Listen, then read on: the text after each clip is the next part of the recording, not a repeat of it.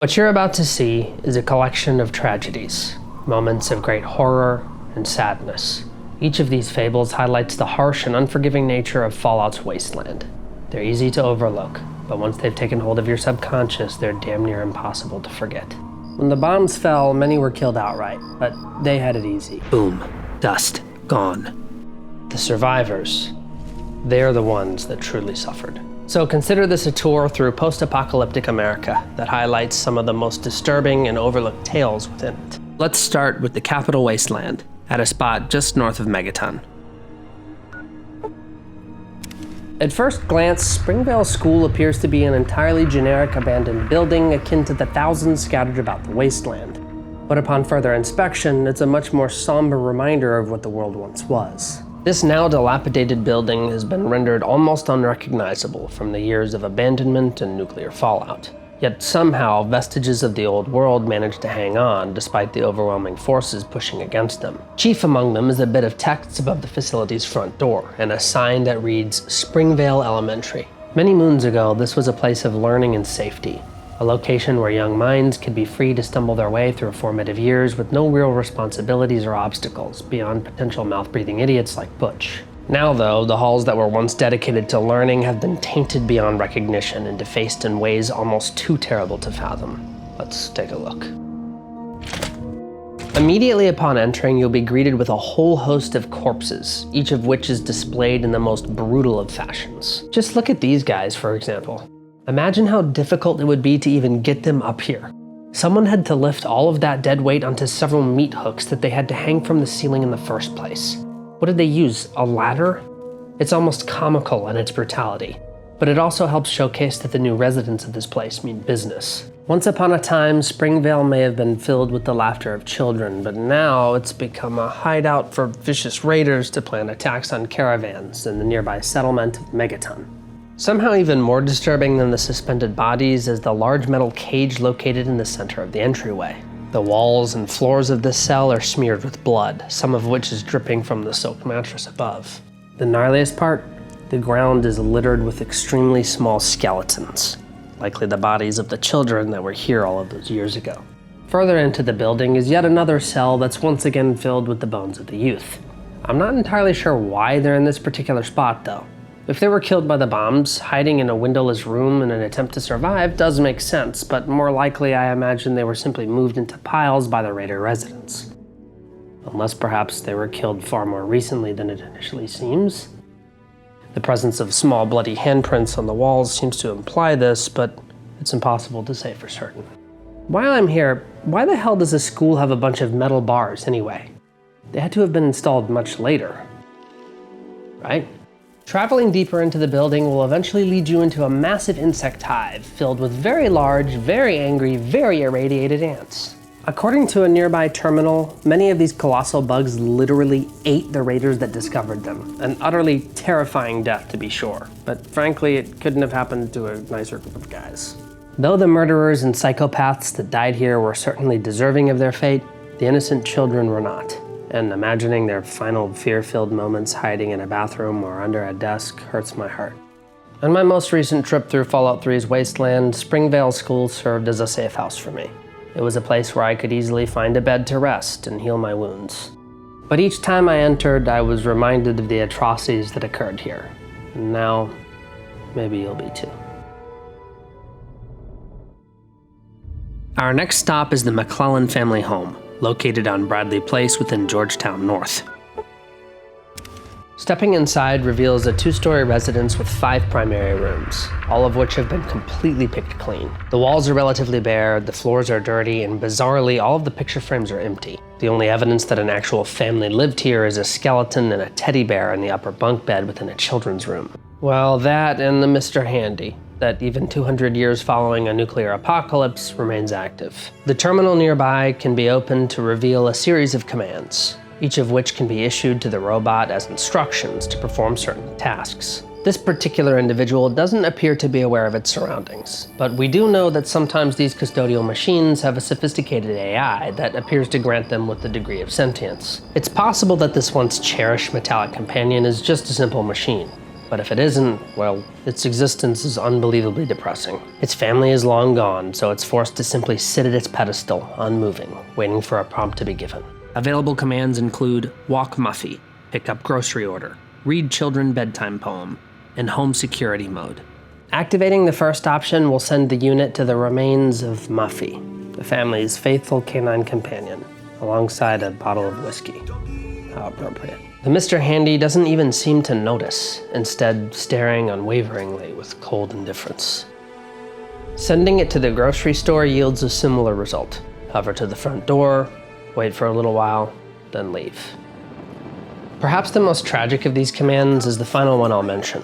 If it's instructed to read the children a bedtime story, it'll make its way into the kids' room and proceed to recite poetry to a pile of small bones. This robot and its simplistic orders are yet another stark reminder of the world that once was. Its owners have long since perished, but the things they left behind still remain. A toy truck, an empty picture frame, a Mr. Handy. All ghosts from the past, vague impressions of the lives that used to be.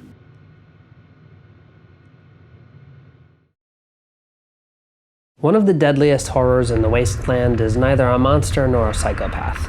Instead, it's the loud, unquietable thoughts in one's own mind, and the suffocating solitude that comes with it. The pain that supreme loneliness inflicts can manifest in many forms. Suicide, boredom, desperation.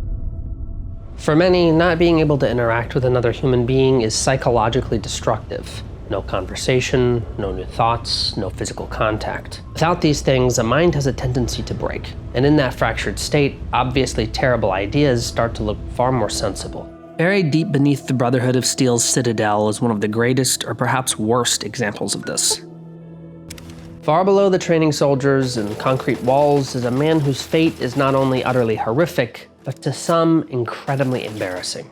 This place is a tomb for an individual who seemingly died from a ridiculous impulse that was almost certainly spawned from loneliness. I don't care how touch-starved you get or how much you long for the contact of someone else's flesh. In order to do this, you'd have to be far, far beyond sane. The Dunwich Building is an abandoned office complex that houses an unsettling secret. At some point, a man named Jaimie entered this forsaken place in search of his father. His patriarch had gone missing, likely thanks to his obsession with a peculiar book. Something within its pages had convinced him to enter this strange place, but Jaimie wasn't exactly sure why. Within, he encountered feral ghouls for the first time. Former human beings whose minds had been warped and distorted from overexposure to radiation. As far as he knew, these were zombies, undead monsters from fiction made flesh. Based on his notes, it seems as though his father was among their number, and without realizing who he was thanks to his ghoulish transformation, he killed him. Undoubtedly racked with grief, he scooped up the book that his dad obsessed over in life, opting to hold on to it as a keepsake and reminder of the family he had lost. What drew his father here, though? In general, this place is just odd. Doors open by themselves.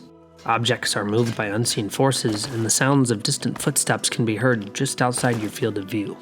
Unbeknownst to Jaimie or most other visitors of this place, its original owners were a cult that created and sold mining bores in an attempt to discover an ancient artifact that they believed was connected to their god. This entity was known as Ugg Quailtoth, and allegedly it had left behind an obelisk that was located somewhere beneath the Dunwich Building. Traveling below and into a section called the Virulent Underchambers will reveal that there was genuine truth to this myth. A large stone structure adorned with tentacles, human skulls, and a nude female form rests at the far end of the region. Simply being around it tends to make people uneasy, which makes sense considering strange and disturbing noises appear to emanate from it. In its presence, an odd breathing sound repeats rhythmically, and occasionally hushed whispers that seemingly have no place of origin echo off the nearby boulders. Just before reaching this bizarre structure is a ghoul, a now crazed and evil version of Jaimie. Though he's now clearly been deteriorated by nuclear fallout, the surrounding information about this place really makes me wonder if radiation is entirely to blame. In the end, he had found his father, but in so doing, he also discovered something far worse. The knowledge he gained, however, was far lesser than what he lost. The obelisk in the book seemingly corrupted him completely, robbing him not only of his father, but seemingly his very soul as well.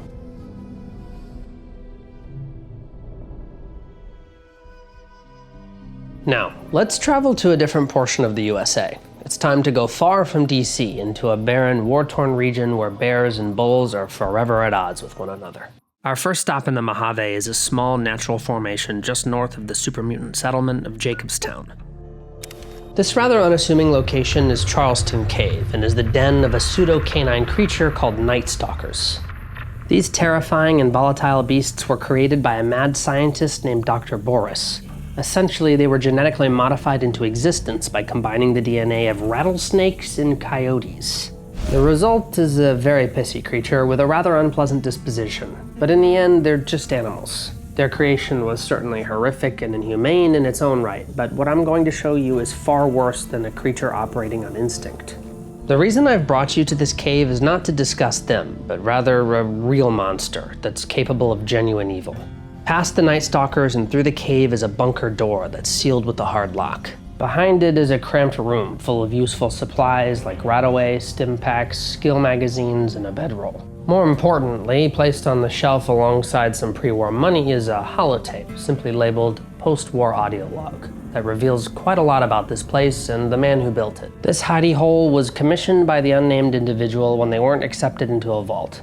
He mentions being in debt, but thanks to the bombs, it hardly matters now. Despite having plenty of rations and the safety of his own space, he wasn't content to just hide here. He also felt the need to keep this place hidden, going as far as to murder the only other person who knew of its existence. Somehow, that's not even the worst part. Here, I'll let you listen to the final sentence of the audio log, straight from the mouth of the sick fuck. There's a woman and her daughter up in one of the rooms of the lodge. Might go pay him a visit tomorrow. The man's got needs.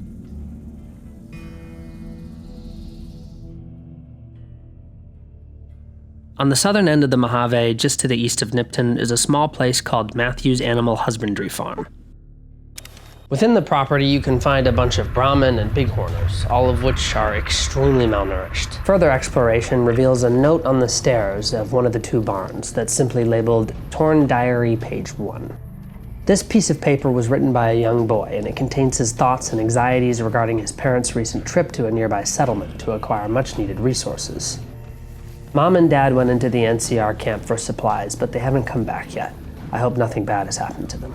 What he didn't realize was that the location they had gone was Camp Searchlight, a highly irradiated place filled with former soldiers who had lost their humanity thanks to the caustic nature of nuclear fallout. The men stationed there had unknowingly been living among opened nuclear waste containers for some time, an act of sabotage from the NCR's greatest enemy, Caesar's Legion. Not realizing what was happening to them, many perished of radiation poisoning, but those that survived suffered a much worse fate. They had become feral ghouls, mindless zombies operating on nothing but basic violent instincts. Of course, the Matthews family was blissfully unaware of this, so when they arrived to trade for supplies, they were met with horror. Another note left behind by the young child can be found in the back of a pickup truck on the farm's property.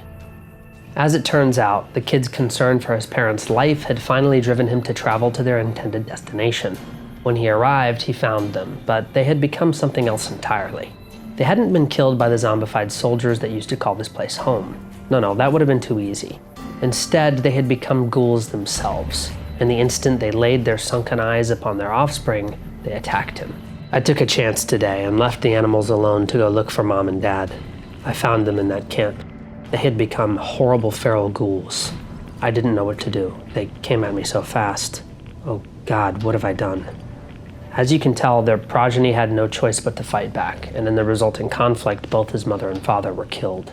In the loft of the other barn is a third note. Its text is filled with guilt, depression, and eventually it descends into paranoia. It reads, "I hate being alone. I want my mom and dad back, but I can't have them back because I killed them. I didn't want to kill them, but I had to kill them, otherwise they would have eaten me. I hope the animals don't eat me. Can animals become ghouls?" The final page of the diary is within the burnt remains of a townhouse situated behind two freshly dug graves. Next to it is a charred skeleton. The animals, they're all evil. They tried to eat me in my sleep. They want the farm for themselves. Now that Mom and Dad are gone, they want the farm for themselves. They're plotting against me, plotting to eat me. They're becoming ghouls like my parents, and they want to eat me like my parents did. Too many of them to kill them all. I know what I'll do. I'll burn the house down around me. Then the animals can't eat me because there will be nothing left for them to eat.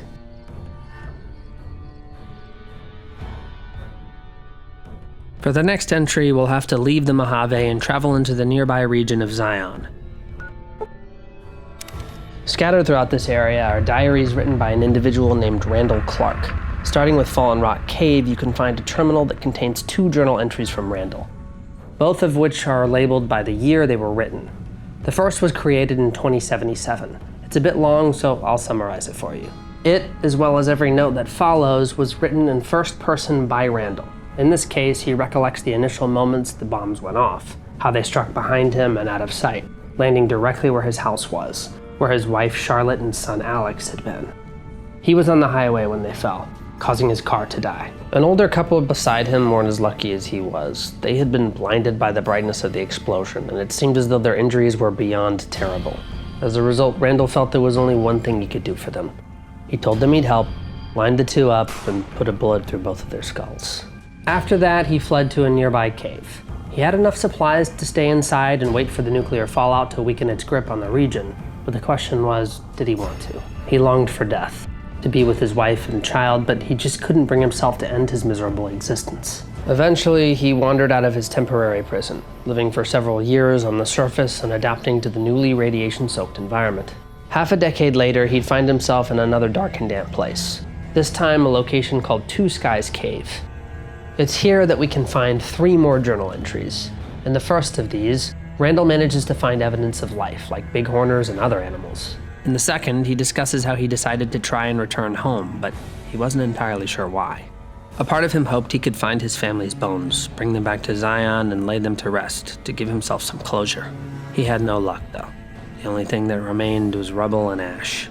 Once he returned back to his cave, he decided to add defenses to the place in order to prevent any animals or outsiders from killing him in his sleep. Even then, his thoughts often lingered on taking his own life. A strange juxtaposition to his actions, but either way, he could never muster the strength. A little over 10 years went by before a large group of Spanish-speaking people found their way into his territory. He watched them from afar, fearing they could potentially be a threat, but he wasn't about to draw first blood. He observed for a while until he witnessed one of the men in their party break his leg trying to catch a bighorner. He knew he should leave it be and not risk being found on the off chance they tried to kill him, but he just couldn't stop himself. Instead of letting the man die, he conjured up his best impression of his voice, shouting towards his cohorts in an attempt to lead them to the injured man. It worked, but his leg was severely damaged, and soon after it became powerfully infected. He needed antibiotics. Once again, instead of standing idly by, he delivered a bottle to their camp in the middle of the night. They thanked God, but an all-powerful entity had nothing to do with the man's quick recovery. He was alive because of Randall. The next 2 diary entries are also on a terminal within a place called Stone Bones Cave, far to the north. They immediately begin by describing how the Hispanic people he had been watching were viciously attacked by a group of highly disciplined individuals, each donning a blue jumpsuit labeled 22. Most were killed, but the few that survived were taken and imprisoned. Randall had grown attached to this group, despite the fact that he'd spoken to none of them. Without much deliberation, he decided he had to free the remaining individuals. Over the next several days, Randall would observe how this group operated, and to his horror, made the unfortunate discovery that they had eaten those they'd captured. At this point in his life, he had nothing to lose. The murders they had committed were inexcusable. He had to make them pay, to suffer as their victims had before. After systematically eliminating 1/3 of their number, he was forced to make his way into another cave that would later be dubbed Cueva Guarache. Inside is another series of notes that explained what happened next. Over the next 10 months, Randall would hunt and eliminate as many of the blue jumpsuit-clad killers as he could until none remained. But when the last of them fell, he didn't feel accomplished or happy, just cold. With them gone, he could at least rest a bit easier, or so he thought. One evening, he was awoken by the screams of a woman. A vault dweller bearing the same 22 insignia worn by his enemies had wandered into his cave and stepped onto a bear trap. He thought about killing her, but empathy took over, and instead he offered her aid. In talking to her, he discovered that these individuals were sick and eventually had been transformed into green-skinned, spore-ridden atrocities, but even before this, they were still monsters. This girl, Sylvie, had fled from her group thanks to the fact that the women were horribly mistreated, and that, according to her, they were children of the devil. She only wanted to escape, to be rid of the torment that accompanied living among them. Randall believed her, and before he knew it, 3 years had passed. In that time, the two of them had begun to fall for one another. It seemed as though Randall had been granted a second chance at a family, but when he discovered Sylvie was pregnant, all he could feel was guilt and fear. He vowed to do right by her, to be there for her and the unborn child as he hadn't been for Charlotte and Alex before. This next entry I feel is best to read to you word for word, so here. March 5th. Baby was breech. Would have been a son, Michael. Did my best to turn him. Failed. Must have done the cesarean too late. Had to put Sylvie out and she never woke up. Buried them south of the Narrows. Well, this time I was by their side. So much better. I think I can finally do it. Blow my fucking brains out all over this goddamn cave. I don't think anyone could blame Randall if he did exactly that, but as it turns out, he didn't. The next 3 entries can be found in Morning Glory Cave, just west of the North Fork Bridge. Year 2108 isn't all that notable, but 2113 is truly heartbreaking. This entry starts on February 5th, Randall's 60th birthday. At this point, all he wants is for his suffering to end, but no matter what happens, regardless of how many times he aimed a gun at his own head, he couldn't seem to pull the trigger. 10 years go by. Randall still lives. It's April 5th, 2123, and a group of 24 children have arrived and set up camp where the Spanish-speaking group had been 30 years ago. As he'd done before, he simply observed, no doubt amazed that they had survived on their own at all. The final note left by Randall can be found high atop the red gate in a duffel bag by the dried remains of a human being. Like before, I think it's best that I read this one to you as is rather than play telephone. It's a bit lengthy though, so bear with me. January 2nd. I've been leaving notes for them and gifts. They like the books. Started with stories, but moved on to weapons manuals, medical books, practical stuff. In the notes, well, it's embarrassing. Almost like those cards people used to give each other. Everything sweet and loving. I tell them to read and to learn and to make the most of their new home. I tell them I'm giving them Zion as a gift to make up for all the sorrows of their lives so far and all the sorrows man has visited on man. I tell them to be kind to each other and modest. I tell them never to hurt each other and that if someone else comes along and tries to hurt them, to strike back with righteous anger. Stuff like that. I sign every note. The Father. Because, well, just because. January 18th.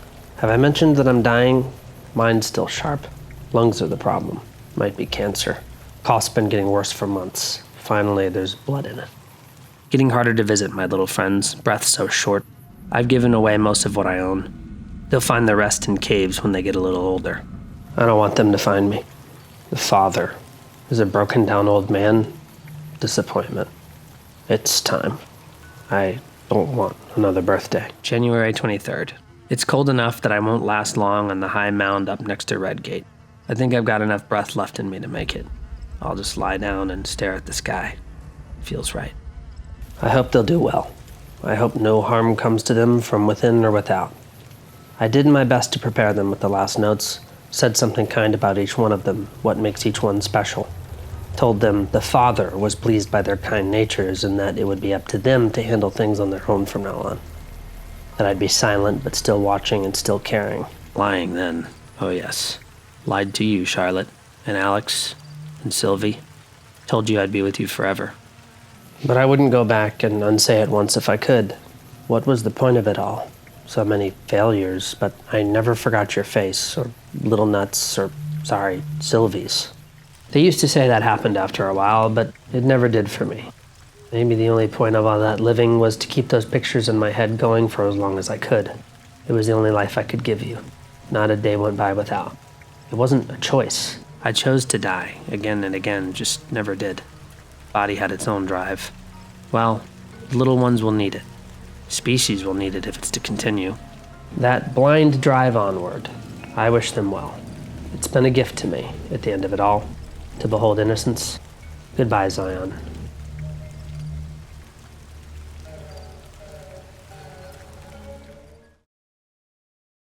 With Randall's story concluded, I think it's time we move on to a new location, specifically the New England area of Boston. Our first stop is the Tappington family boathouse, which is far to the north of Diamond City.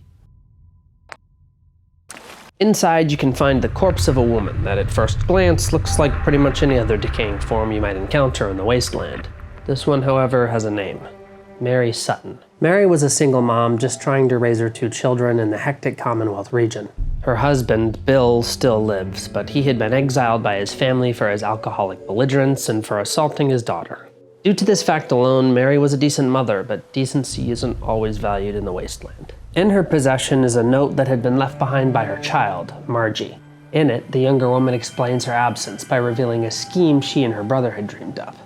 One day, while milling about on their property, they had discovered an old pre-war holotape that spoke of mind-opening substances. Margie, alongside her brother Russell, had planned to locate these drugs and sell them to acquire money to purchase a Brahmin. They needed to replace their cattle thanks to the fact that the one they'd had prior had wound up mysteriously dead and bloodless not so long ago. Essentially, they had gone on a good old-fashioned treasure hunt that could potentially serve as a major boon for their family. According to the old holotape, the drugs had been stashed at the end of a nearby canal, and Russell had taken it upon himself to retrieve them. Unfortunately, it had been over 24 hours since he had left, and Margie had started to become worried that something bad may have happened to her brother. With no other option, she left the house in search of him, leaving her mother with the previously mentioned note. The canal that the two had been referencing wasn't far from their home at all. In fact, it was just to the north. At the end of the waterway is a pipe you can enter labeled Malden Drainage, but just before is the body of Margie. It's not initially clear what could have happened to her, but she's dead all the same. Entering the darkened pipe, ironically, sheds some light on the events that have unfolded. As it turns out, the chem stash was very real, but the location they had been hidden had become a nest for a foul, gigantic, irradiated version of mosquitoes called blood bugs. These behemoth insects attack in much the same way they had before their immense mass increase, by stabbing their proboscis into the tissues of their victims. Thanks to their size, though, this is far more deadly than the mosquitoes of old. Instead of leaving you merely itchy and disturbed, they're capable of complete exsanguination. When Russell entered the pipe in search of treasure, he instead found something else. The airborne atrocities descended upon him, sucking the blood from his still-beating heart until it ceased its rhythmic pulsing. His sister had seemingly suffered a similar fate, and with no one there to aid her, their mother had likely perished to the same creatures that killed her children and the Brahmin that initially set these events in motion. Our next stop is just to the west of Diamond City at a small lake called Chestnut Hillock Reservoir. A dock stretches out into the body of water, and not far from it is an overturned boat. On the shore, just to the right, is a house that's unsurprisingly in fairly bad shape. Just outside of the front door is a long-dead Brahmin, and the inside of the residence isn't much better either. The roof is caved in, brain fungus is growing on the floor, and most of the furniture is trashed. The only thing that's in decent shape is a terminal on a desk, inside of which is a tape containing 6 journal entries from a man named Edwin. On 9/7/2287, Edwin had arrived at his humble abode to find that it had been trashed by raiders. Cleaning their mess would take him a week or two worth of time, but he didn't seem to mind. On the 12th, he wrote another entry, discussing his realization of how nice it was to be settled and not wandering for a while. He mentions a companion by the name of Bess and recollects a feisty introduction with someone named Annika. Come the 14th, a few bloat flies would rear their ugly heads. These vile beasts were much like the insects of old, but each of them came equipped with the nasty ability to discharge maggots, their very own offspring, as explosive projectiles. Fortunately, Edwin managed to chase them off and decided to craft himself an oversized bug zapper for good measure. On the 15th, Edwin's journal entry reminisces about the past. It talks of shooting stars and how watching them reminds him of someone who he clearly cared for, but had been gone for at least 3 years. Annika, as it turns out, was likely his lover, and stargazing was an activity they often did together. At some point, she had been killed, and all he had to remember her by were memories, a locket, and the house he now lived in. A few days passed, and when the 17th rolled around, he was attacked by an entire swarm of bloat flies while fishing. In the conflict, he managed to shoot a few, but ultimately tipped his boat over, forcing him to swim back to shore. What he didn't realize was that while in the water, the locket from Annika had slipped from his grasp and sunk to the lake floor. His final entry simply reads, "I can't find the locket. It must have slipped out of my pocket when the boat flipped over. I have to go back. It's all I've got to remember her by. I can't lose it, too." Having read all of these, a few things are starting to make sense, aren't they? The Brahmin out front, those are the remains of his companion, Bess. The boat in the lake, the very same one he had to swim from after the bloatfly attack. But what happened to Edwin? Directly underneath the overturned water vessel at the bottom of the lake is a skeleton. Clutched tightly in its hand, a locket with a picture of a woman inside. In the end, Edwin's greatest foe was neither a bloatfly nor the wasteland itself, but rather the past, an ever-present force that can never actually be present. It's often a contradictory duality that serves as both the source of the purest joy and the deepest sadness. It has no real say on your life, and yet, if you're not careful, it'll kill you. The next place I'm going to take you is on the coast, just to the east of Jamaica Plain. This is University Point, the remains of what once was a school for young adults. Before our arrival, it was an integral force in the Commonwealth's political landscape, as well as a supplier for a common crop called razor grain. Now, though, it's fallen into disrepair, and as soon as you arrive, you'll be attacked by a group of second-generation synths. These robotic entities would eventually become indistinguishable from human beings, but in their current form, they pale in comparison. The creators of this entirely new kind of life are simply referred to as the Institute, a very real organization that for many serves as a catch-all boogeyman to be blamed for all manner of odd occurrences. The town's local tech whiz, a young woman by the name of Jacqueline, had made a name for herself when she created a way for the settlement's inhabitants to email one another through the use of various terminals. She was an intelligent person, and as a result, she eventually made an interesting discovery while salvaging some computer hard drives.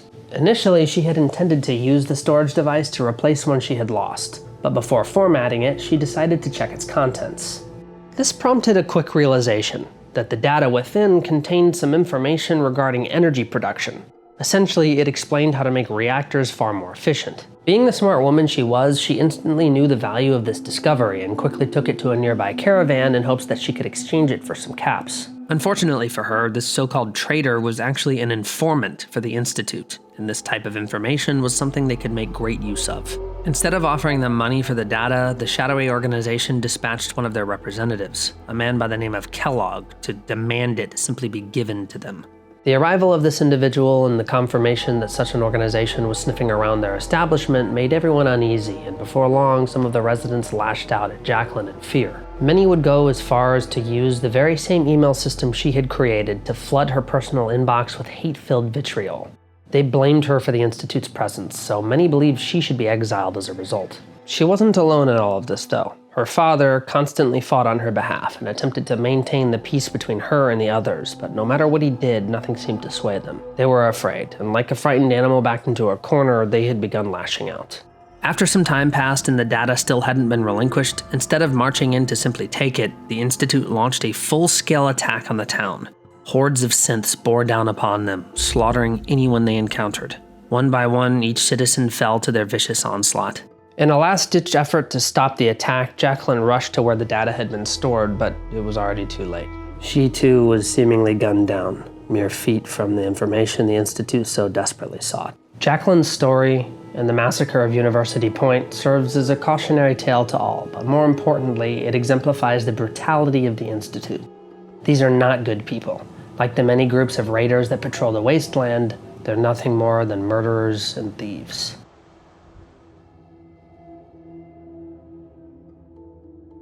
The sole survivor became quite famous during their travels through the Commonwealth, but before they were masters of the wasteland, they lived a normal life in a place called Sanctuary Hills.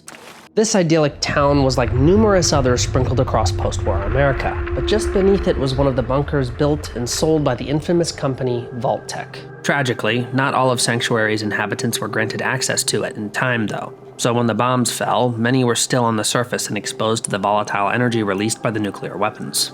The person who became the sole survivor was one of the lucky few to make it inside, unintentionally leaving many of their friends and neighbors behind. Mr. and Mrs. Donahue, the Sumners, the Parkers, the Rosas, all people they knew and likely enjoyed things like barbecues with, were trapped on the surface. The soon-to-be sole survivor had no time to worry about this, though. They had a son and spouse they had to take care of, and of course needed to ensure their safety. What none of them realized was that most of these so-called safe houses, the vaults that were meant to serve as their salvation, were secretly used as experimental testing grounds for those that created them. In the case of Vault 111, those selected for entry were subjected to long-term cryosleep.